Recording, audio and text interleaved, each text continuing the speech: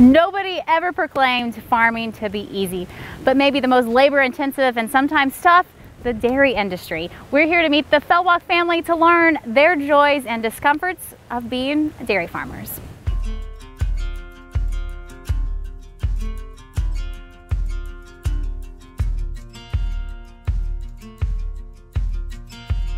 So Jonna, we are in right outside of Monett in Lawrence County, and we're at your dairy operation. Tell me about your family first, and then we'll talk cows. So Mark, who's in the tractor, he's baling hay. Today. Yep, sun's shining, so he's baling. We have Bailey, our oldest daughter, who's 20. We have Hayden, who's getting ready to turn 16, and then Riley's 14, and then our daughter Chloe would have been 12. And then we have Hudson, who's 4. And the 4-year-old, we've seen a lot today. Yeah. He's given us a He's the boss. Tour. He's the boss. Of the farm. Well, I know that there's every member of the family has their own role, but you know, you and Mark are farming full-time together, raising the kids. You know, what makes it all tick? We just really wanted to raise our kids with morals and values, and I think the dairy industry, you have hard work. You know, you learn the ways of life. It's just the best living, and we just wanted that for our kids. It's very important to us to involve them. They all have their jobs because it takes all of us to get it all done. I know that nutrition is the #1 thing in the dairy cow's life, and we're going to see milking here in a little bit, but before that can all take place, a cow's got to have a great diet, and I think it's feeding time. Yes, it is. So let's head over to the commodity barn and see the cattle, what they're eating, and talk about what goes in to how you prepare all year to what goes into their diet to make them happy and healthy and produce all that milk. Sounds good.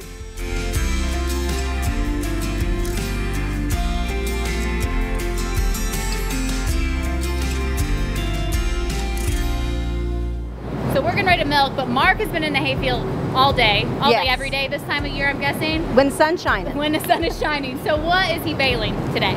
Today he's baling grass hay. And that grass hay is being dry baled. And this is stuff you will feed all winter long. So you're already planning for nutrition come winter time. So what else is growing this time of the year? This time of the year we have triticale, we've got corn, we've got wheat that we're going to harvest. We have alfalfa growing. Are you making any haylage? We are. We have already, actually. It's already wrapped? Yeah, we've already put up a lot of rye and a lot of wheat. So which cows are going to get that haylage come winter? The haylage mainly goes to our lactating cows. Lactating cows. Yes. And corn, what time of year are you're chopping that to make silage? Yes. We chop all of our corn to make silage that we put into our mixer for the cows. And that's what we've seen being mixed already? Yes. This is the buffet that these lactating cows are eating right now. So take me through what they're actually eating and what this TMR looks like. So we have some alfalfa haylage in there. You can see our corn. We don't want to see big pieces because we want the cows to digest it. It wants to be digestible. We do have, like I said, oats. And it's mainly just the silage that gives them all the fiber. High fiber and high protein? And high protein, yes. And you can't smell it on TV, but I can smell it right now. It's the best smell. And I think it smells amazing. They need to make an air freshener, I think. You add that to your oils. Yes. So why is the TMR so important to a lactating cow's diet? Lactating cows have to have a great diet to produce milk. If I don't feed them well, they're not going to produce well. So I want to give them the most optimal hay, the most optimal silage that their body can digest, so they'll produce pounds of milk. So how has the price of corn, the price of soybeans, all that impacted you all? How expensive is it to feed your cows these days? It's very expensive. We try to raise as much of our own feed as possible. And that's why Mark's in the field. Exactly. So we do try to raise all of our own, but we do have to add. You know, you've got to add some ingredients. So we do have to purchase those, and the cost of getting them trucked here with everything going on is kind of skyrocketing. So the cows are milked at 5 a.m. and every day. Every day. Oh, that's early. Yes. But now that the girls have a full belly, it's nearly milking time at 5 p.m.? Yes. Okay, let's go milk some cows. Let's go.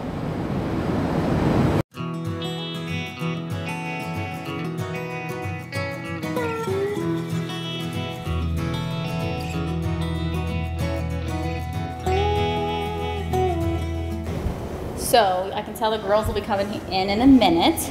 But before we start milking, tell me about your breeding program. Are you keeping replacement females? Yes, we keep all of our own. We raise everything, but our bull calves. We do market our bull calves. And then how many females are you retaining a year per se? Oh,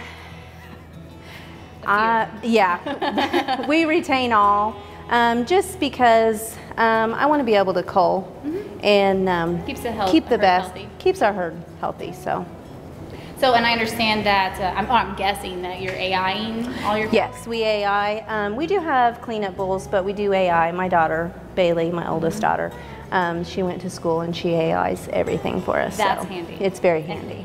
Take me through the operating system and the technology, because you expanded 2 years ago, but you probably updated your technology to make things easier on you, right? Yes, we did. When we moved into this barn, I say that nothing was the same except for the cows, because everything was totally different. We have 2 vacuum pumps. I mean, everything is completely different. Everything's automated. We have a wash system now, so it's... And you're cleaning this out after every single milk. Yes, after every single milking. And we have different wash cycles for the milkers, and different sanitizers that go through. And instead of it before, you had to do it all manually, now it's done by a system, so it's more exact.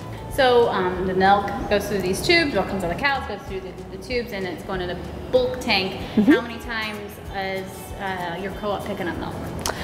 We have 2 bulk tanks. Okay. When we expanded, we made our tank room very large, and for the purpose of one day, if one of our children wants to be involved, it might get to where you have to pick up a whole semi-load. So we did make room, and we did buy another bulk tank, a bigger tank. And so right now, making it easier for them, they do pick us up every day because it helps fill loads to go to, to Springfield where our milk goes.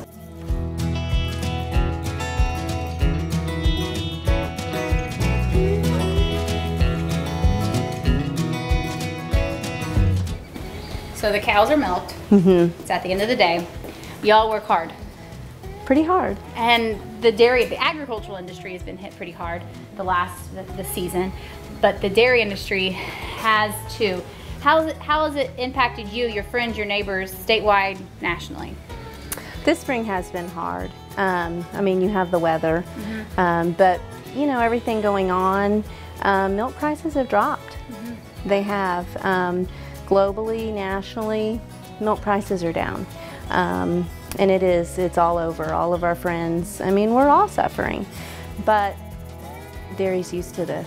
I mean, dairy farmers, this is a cycle. We're used to going through lean times. We kind of get in a 2-3 year cycle, so it's nothing new for us. Give us kind of an example of how the prices of milk have dropped dramatically, in comparison to previous years.